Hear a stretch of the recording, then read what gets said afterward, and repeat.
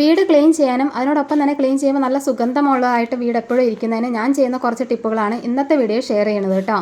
അപ്പോൾ അതിനായിട്ട് ഞാനൊരു കുഞ്ഞ് കംഫർട്ട് എടുത്തിട്ടുണ്ട്. അതിന് കുറച്ച് വെള്ളത്തിലേക്ക് ആ വെള്ളം ഒന്ന് തിളച്ച് വന്നതിന് ശേഷം അതിനകത്ത് ചേർത്തിട്ട് നന്നായിട്ട് നമുക്ക് ഈ വാഷ് ബേസിനകത്തൊക്കെ ഒഴിച്ചു കൊടുക്കാം. ഇങ്ങനെ ഒഴിച്ചു കൊടുക്കുമ്പോൾ നമ്മുടെ വാഷ് ബേസിനകത്ത് നിന്ന് ദുർഗന്ധം ഉണ്ടെങ്കിൽ അതൊക്കെ പോകുന്നതിനും അതിനോടൊപ്പം തന്നെ പല്ലി, പാറ്റ അങ്ങനെയുള്ള സംഭവങ്ങളൊക്കെ വരാണ്ടിരിക്കാനും ഈ ഒരു ടിപ്പ് വളരെ ഹെൽപ്ഫുള്ളാണ് കേട്ടോ.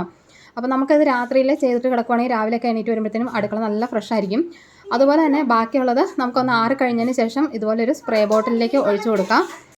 ഈ ഒരു ലിക്വിഡ് ഉപയോഗിച്ച് നമുക്ക് കൗണ്ടർ ടോപ്പ് ഒക്കെ ക്ലീൻ ചെയ്യുന്നതിന് നല്ലതാണ് കേട്ടോ. നമുക്കിതുപോലെ സ്പ്രേ ചെയ്ത് കൊടുത്തതിന് ശേഷം നന്നായിട്ടൊന്ന് വൈപ്പ് ചെയ്താൽ നന്നായിട്ട് ക്ലീൻ ആവുകയും ചെയ്യും. നല്ലൊരു സ്മെല്ല് നമ്മുടെ അടുക്കളയിലൊക്കെ നിൽക്കുകയും ചെയ്യും കേട്ടോ. പ്രത്യേകിച്ച് ഈ മീനൊക്കെ വറുത്ത് കഴിയുമ്പോൾ സ്റ്റൗവിലൊക്കെ ഇങ്ങനെ എണ്ണമയം ഉണ്ടാവും. അതൊക്കെ പോകുന്നതിനും ഇത് നല്ലതാണ് കേട്ടോ. പിന്നെ നമുക്ക് മിററൊക്കെ ക്ലീൻ ചെയ്യാനായിട്ടാണെങ്കിലും ഇത് നല്ലതാണ്. പിന്നെ ഉപയോഗിക്കുന്ന തുണി നല്ല നീറ്റായിട്ട് തന്നെ ഉപയോഗിക്കാം കേട്ടോ. കാരണം എങ്കിലേ നല്ല രീതിയിൽ ക്ലിയറായി കിട്ടത്തുള്ളൂ.